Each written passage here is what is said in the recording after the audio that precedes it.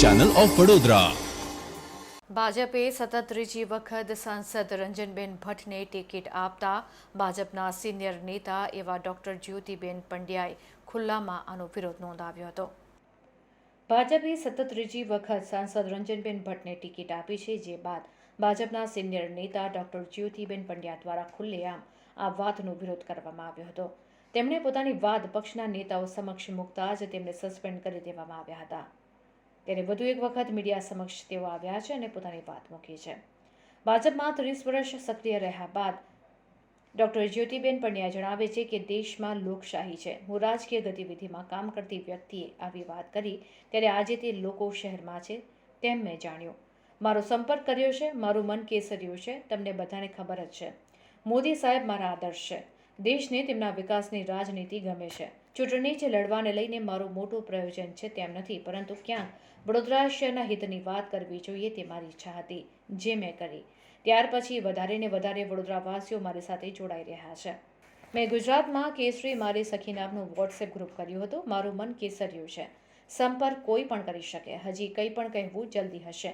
આમ આદમી પાર્ટી સંપર્કમાં છે। મેં કોઈ મન બનાવ્યું નથી। ચૂંટણી લડવી કે નહીં તે અંગે વડોદરાના મિત્રો સાથે વાત કરું છું। ચૂંટણીનો વિષય દૂરનો છે। મારો મત ગઈકાલે મૂક્યો। વડોદરા વિકાસ સંઘે છે, જાગૃત છે અને શિસ્તબદ્ધ છે। રાજકીય પક્ષોમાં કોઈ બૂમ પાડીને ચાલતા પ્રવાહમાં ઊંધી વાત કરે તો થઈ જાય। મોટી પાર્ટીમાં આમ કરવું પોલિટિકલ સુસાઇડ છે। હું પોતે ઓફિસ બેરિયર તરીકે રહી છું। તેને લઈને ઘણા બધાને દુઃખ છે। ઘણી બહેનો રડે પણ છે, પણ હું શું કરું? આ ઘટનાક્રમ થયો છે।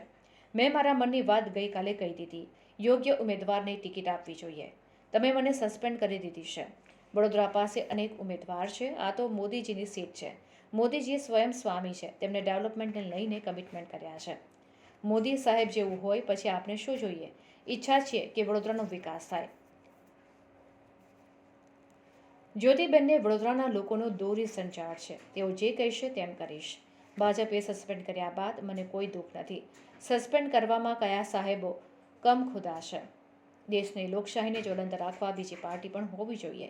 દેશમાં દરેક વાતને રજૂઆત કરનારા અને જનતાના વિચારોને આગળ લાવનારા પણ હોવા જોઈએ।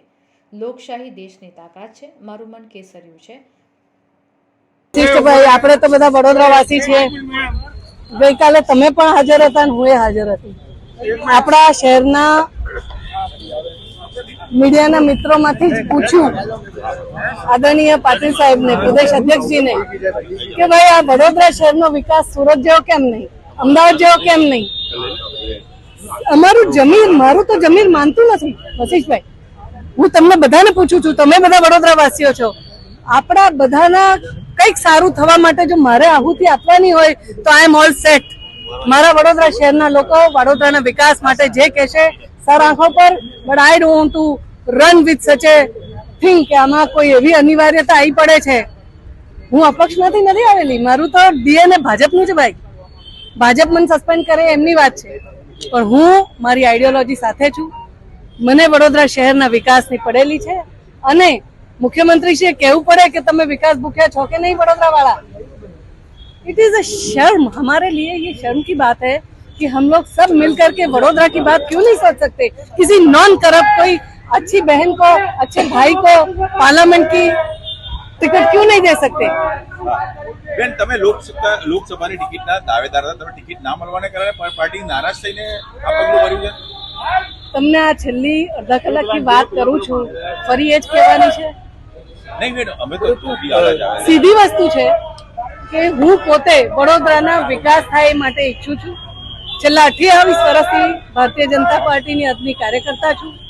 શહેરના મેયર તરીકે મેં કામ કર્યું છે અને હું ઈચ્છતી હતી કે 10 વર્ષ સુધી બેનનું કામ થયું છે અને હવે કંઈક નવી તક કોઈકને મળશે।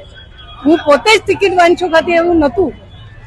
હું તો કહું છું મારા શહેરમાંથી કોઈ બીજાનું પણ નામ જાહેર કરી શક્યા હોત, પરંતુ પાર્ટીને એવી તો કઈ અનિવાર્યતા છે કે આવડી મોટી કેડર બેઝ પાર્ટી જેમાં રોજ તમે સંગઠનના કાર્યકર્તા 24/7 દોડનારાને તૈયાર કરો છો, તો આ બધાને તૈયાર કરીને બિચારાઓને તમે હેરાન કરવા માંગો છો?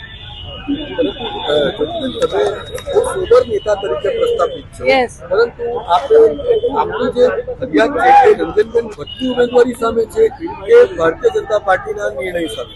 જો રાજનીતિમાં વસીપા એક જ વાત ના હોય। વડોદરા શહેરનો વિકાસ એ મારા માટે સર્વોપરી છે. આજની તારીખમાં મારું જમીર માનતું નથી કે આ બેન સાથે આ વડોદરા શહેરનો ફરી 5 વર્ષ વિકાસ થશે અને આ બેન સાથે ફરી મારા કાર્યકર્તાઓ સચવાઈ જશે. બધા અંદર અંદર ડરે પણ સામે જઈને બધા કહેતા બી આવે છે. તો આપને એમ લાગે છે કે ભારતીય જનતા પાર્ટીમાં અંદર અંદર વિપક્ષ છે એક નેતા? મારે એ બધું નથી કેવું, તમારે બધા શોધી કાઢવાનું છે. તમે લોકો ઇન્વેસ્ટિગેટિવ જર્નલિઝમ કરો, શોધો કે આ વડોદરા શહેરના વિકાસના નાણાં ક્યાં જતા રહે છે. સુરત વિકસિત થાય છે, અમદાવાદ વિકસિત થાય છે, where we are.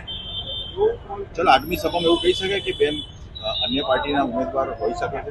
વેલ આજે મારી આટલી જ વાત છે. નહીં પણ કોઈ મેં કશું મન બનાવ્યું નથી. દરવાજા ખુલ્લા છે. મારા આદર્શ ભારતીય જનતા પાર્ટીના આદર્શો સાથે વિકાસની રાજનીતિ સાથે મેચ થાય છે અને આઈ વોન્ટ ટુ વર્ક.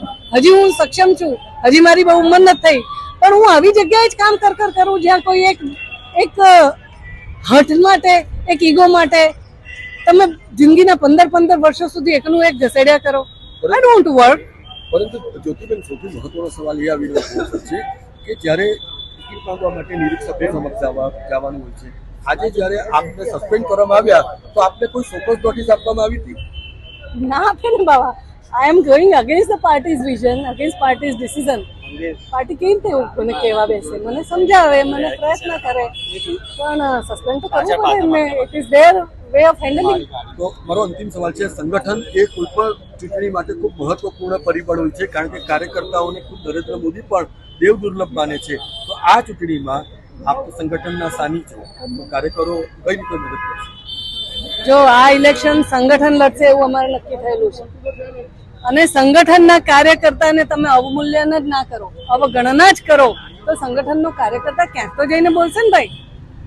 ગનગન પાછળ કર્યા કરીએ એના કરતા આમી સાથે આયા ભાઈ સસ્પેન્ડ કરો, કાઢી મૂકો.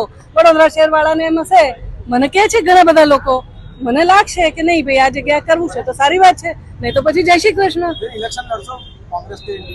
અત્યારે એ મારો વિષય નથી. નારાજ લોકોને કંઈક ને કંઈક મળતું હોય છે, તમે નારાજ થઈને પાર્ટી પાસે કશું માંગવા માટે અત્યારે મેં મારી વાત કરી છે ભાઈ, તમને સમજાઈ ગઈ હશે કે મેં શાના માટે શું કીધું, અને અત્યારની મારી વાત આ જ છે. પાર્ટીના કાર્યકર્તા તરીકે દરેક વ્યક્તિને પાર્ટીમાં જવાબદારી મેળવવા માટેનો અધિકાર છે, પરંતુ જ્યારે પાર્ટીનું શીર્ષસ્થ નેતૃત્વ કોઈ નિર્ણય લે છે તો એ નિર્ણયને માન સન્માન આપવાની પણ પાર્ટીના કાર્યકર્તા તરીકે દરેક કાર્યકર્તાની જવાબદારી છે.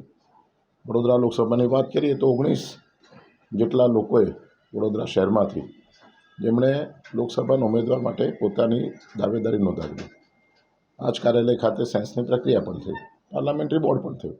પાર્લામેન્ટરી બોર્ડ પછી કોઈ એક વ્યક્તિ માટે પાર્ટીએ મન બનાવ્યું અને ગઈકાલે નામની જાહેરાત થઈ. પરંતુ એવું કેવું છે કે તેમના ઉપરાંત બીજા સોશિયલ મીડિયા પર આપ જુઓ છો, સવારથી આ અંગેની લાગણી લોકો પોતાની રીતે વ્યક્ત કરી રહ્યા છે. બહુ સીધી બાબત એવી છે કે જ્યારે ભારતીય જનતા પાર્ટી જેવો પક્ષ હોય, જ્યારે વડોદરા જેવી સેફેસ્ટ સીટ હોય, જે સીટ ઉપર 7 લાખ કરતાં પણ વધારે માર્જિનથી ભારતીય જનતા પાર્ટીનો કોઈ પણ ઉમેદવાર જીતે, એવું જ્યારે પક્ષના કાર્યકર્તાઓ પોતે પણ માનતા હોય, છેલ્લા 3-3.5 વર્ષથી એ પ્રકારે સંગઠને કામ પણ કર્યું હોય. કોર્પોરેશનના ઇલેક્શનમાં પણ 76માંથી 69 સીટ ઉપર ભારતીય જનતા પાર્ટીના ઉમેદવારો જીત્યા હોય. વિધાનસભામાં પણ બધી જ સીટ ઉપર 75,000 કરતાં વધારે મતોના માર્જિનથી જ્યારે ધારાસભ્યશ્રીઓ જીત્યા હોય, ત્યારે કાર્યકર્તા તરીકે દરેક કાર્યકર્તાને એવું લાગે કે ભાઈ આ જગ્યા માટે હું શ્રેષ્ઠ ઉમેદવાર છું. પરંતુ પાર્ટીનો નિર્ણય છે તે બધાને શિરોમાન્ય હોય છે અને લોકોએ સોશિયલ મીડિયાના માધ્યમથી અન્ય રીતે અમારી પાસે રજૂઆતો કરીને આ અંગેની પોતાની ચિંતા, પોતાની નારાજગી વ્યક્ત કરી છે. જ્યાં જરૂર લાગશે તે જગ્યા પર અમે એ વાત મૂકીશું પણ ખરા, પરંતુ પક્ષના ઉમેદવાર એક વખત રાષ્ટ્રીય કક્ષાએ જાહેર થયા પછી દરેક કાર્યકર્તાએ ઉમેદવાર માટે કામ કરવું જોઈએ, કારણ કે આપણે કમળના નિશાન માટે કામ કરીએ છીએ. આપણે કોઈ વ્યક્તિ માટે કામ કરતા નથી. આપણે મોદી સાહેબની વિચારધારા માટે કામ કરીએ છીએ. આપણે કોઈ વ્યક્તિ માટે કામ કરતા નથી. એમની પ્રેસ કોન્ફરન્સ મેં સાંભળી નથી, એટલે એમને કયા આક્ષેપો કર્યા છે તે મારા ધ્યાનમાં નથી. તો જે વ્યક્તિ આક્ષેપ કર્યા છે એની પાસે કોઈને કોઈ પુરાવા છે એવું માનીને ચાલીએ છીએ. આપણે એમને પૂછીશું. પાર્ટીના સંદર્ભમાં કોઈપણ પ્રકારના આક્ષેપ કરવા સહેલા છે. આજે હું પણ કોઈપણ વ્યક્તિ માટે કોઈપણ પ્રકારના આક્ષેપ કરી શકતો હોઉં છું.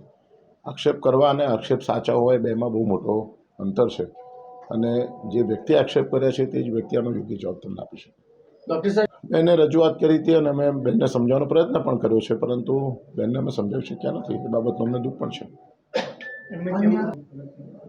અમારો એવો પ્રયત્ન રહેશે પક્ષના અધ્યક્ષ તરીકે. અમારું કામ સંગઠનનું છે, અમારું કામ લોકોને જોડવાનું છે. જેટલા વધારે લોકો પક્ષમાં જોડાય એ જ કામ અમારું છે. રાજીનામા થાય અને પોતાની નારાજગી ભલે કોઈ વ્યક્તિ વ્યક્ત કરે, પરંતુ પક્ષની સાથે જોડાઈને આવનારા સમયમાં પક્ષના ઉમેદવાર માટે કામ કરે એ જોવાની મારી જવાબદારી છે. એમને સુરત અમદાવાદનું થયું, વડોદરા નથી થયું. એની પાછળનું કારણ પણ સતત 10 વર્ષથી જે વ્યક્તિને પાર્ટી ટિકિટ આપે છે એ છે એવું એમને આક્ષેપ કર્યો છે. આ વાત બેનની નથી, કદાચ આ વાતો મુખ્યમંત્રી તરીકે સીએમ સાહેબે વડોદરામાં પંડિત દીનદયાળ ઉપાધ્યાય નગરગૃહમાં કરેલી છે કે તમે એક બાજુ જુઓ તો અમદાવાદ છે, એક બાજુ જુઓ તો સુરત છે, વડોદરા શહેરનો વિકાસ કેમ નથી? તો આ ટકોર કરી છે, સીએમ સાહેબે કરી છે.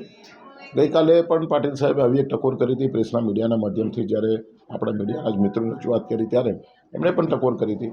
અને મને તો એવી પણ ટકોર કરી કે આ રાજકારણીઓ જ્યાં બેઠા છે તે લોકોના કાનમાં તાળીઓની ગુંજ હંમેશા જળવાય એવી હું આ લોકો પાસેથી અપેક્ષા રાખું છું. ટકોર એમણે કરી છે, ટકોર શિરોમાન્ય છે અને આ ટકોર ઉપર આવનાર સમયમાં ચૂંટાયેલા પ્રતિનિધિઓ કામ કરશે એવી એમને ચોક્કસ વિશ્વાસ છે. એક છેલ્લો સવાલ મારો, એક નારાજગીમાં આખું ખુલીને સામે આવ્યા છે જ્યોતિબેન પંડ્યાને સસ્પેન્ડ કરવા છે પાર્ટીને, બીજા લોકોને કઈ રીતે સમજાવવાનું? પક્ષના દરેકે દરેક કાર્યકર્તા એ પક્ષ સાથે જોડાય છે, કોઈ વ્યક્તિ સાથે જોડાતું નથી. પક્ષ છે તે આપણી માતૃ સંસ્થા છે અને પક્ષમાં કોઈપણ પ્રકારના વ્યક્તિની કોઈપણ પ્રકારની નારાજગી હોય તો એને મળવું, એની સાથે બેસીને વાત કરવી, એની નારાજગીનો ઉકેલ કરવો એ પક્ષના પ્રમુખ તરીકેની મારી જવાબદારી છે. આ માટેની અમારી પાસે ટીમ પણ છે. ટીમના માધ્યમથી બધા જ લોકોને સાથે રાખી આવનારા સમયમાં વધારે ને વધારે સંખ્યામાં લોકો મતદાન કરે અને ભારતીય જનતા પાર્ટીના અત્યારે જે સરકારે પાર્ટીએ જે નિયુક્ત કરેલા ઉમેદવાર છે માન્ય રંજનબેન ભટ્ટ, એના માટે બધા કામ કરે, એના માટે અમે પ્રયત્ન કરીશું.